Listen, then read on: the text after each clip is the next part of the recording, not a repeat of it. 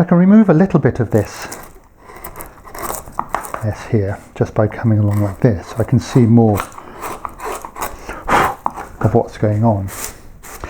What I don't want to do is stab into the background. So this waste here is to a large extent protecting this. I'm going to take my deep gouge again and I'm going to nibble down with a twist like this. So this is the high angle grip where I can put my shoulder in and just push it down. I'm stopping short of the background and I'm going straight down here and just short of the line at this plane here.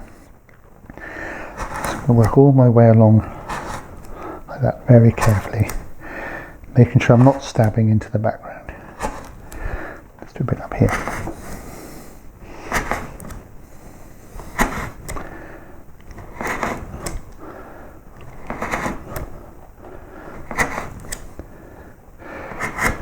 Now I need to turn the carving round to work at it to show you the next sort of stage, but I'm going to work all my way around the carving like this while I've got the tool in my hand.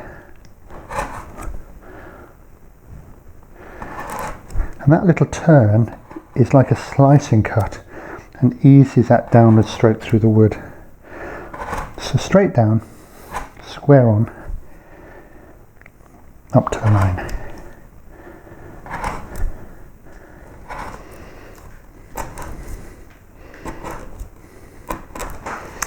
What I can do is take this gouge, this deep gouge, and just in the same way as I'm lowering before, so I'm slightly above the finished surface, I can just see if I can remove a little bit more of that this way, now that it's all sort of crumbled off. Push it in here.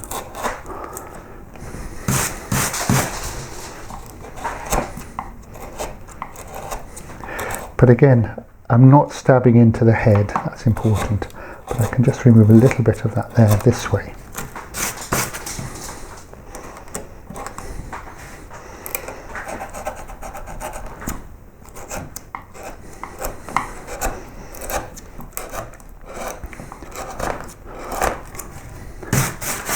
The amount of waste in the corner now is a lot less.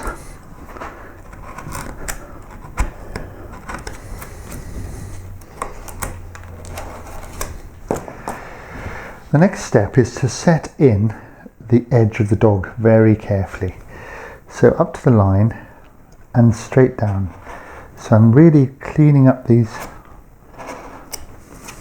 little grooves along here. But what I don't want to do is stab into the base here. So I'm very careful about what happens when I land there. I'm still in a little bit of waste. I can go across like this if I want. And a chisel on a flatter parts like this might be good, so I could use some sort of chisel because that's like a very flat gouge.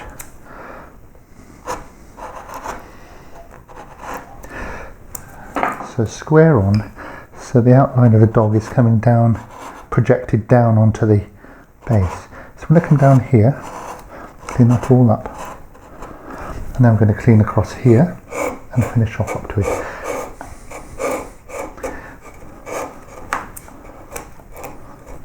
Now if anything, push the chisel more or the gouge this way than this way, because we might undercut and we don't want to have stab marks in the background.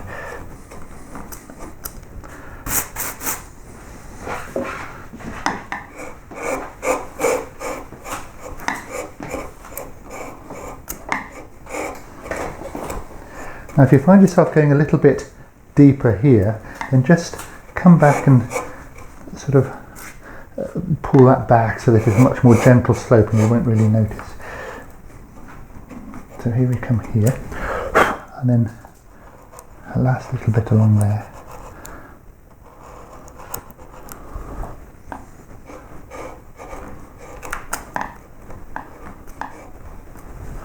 So just sometimes this last bit is just a touch of the chisel, so it's hardly anything, just almost the weight of the chisel or the gouge on that surface.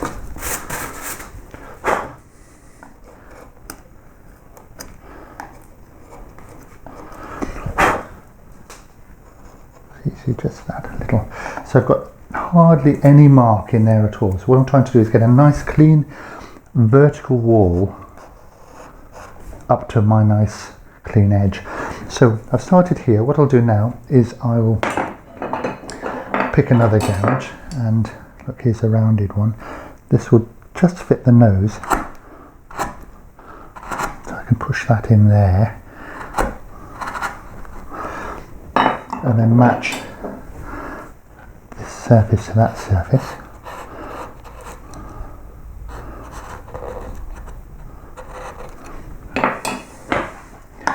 And clean up this bit. So I'm either going to slice along, or I'm going to try and find a gouge that matches and work my way all the way around now to get myself a really neat, almost as if I've cut out that dog. And indeed you could do that. You could cut this out and stick it onto another piece of wood, but that's not what we're going to do here.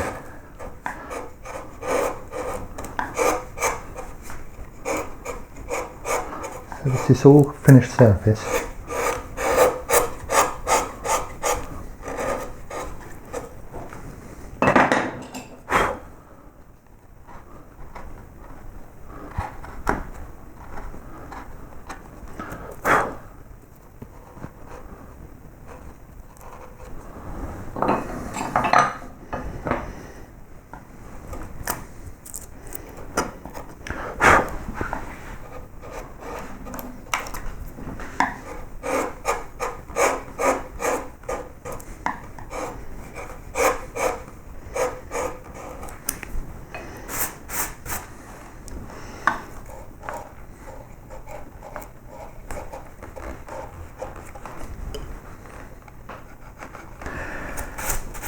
Let me just say something about this angle here. So I want to come down with a vertical wall, but of course I've got a bevel on both sides of my gouges. That's how I sharpen them.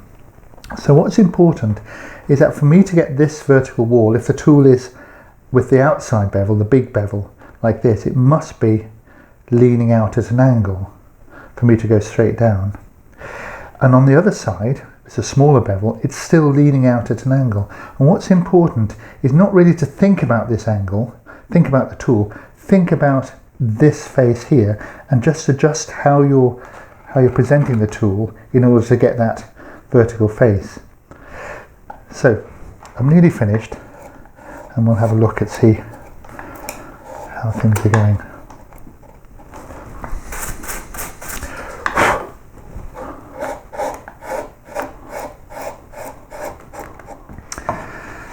So here we are at the end of that stage. The carving, the dog is set in.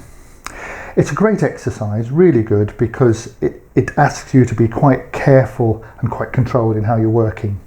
We've got a fairly flat background, as flat as we can make it. It doesn't have to be dead flat, we've just got to look flat, and it's coming up to these junctions here nice and tidily, and the wall is square, so it's as if this drawing is projected down onto this junction here. So what I would suggest you do is when you think you've finished this, is change the lighting, because all sorts of things will appear, and make sure that all this is tidy and clean, because this is now a finished surface. And the next stage is to do some work on the dog itself.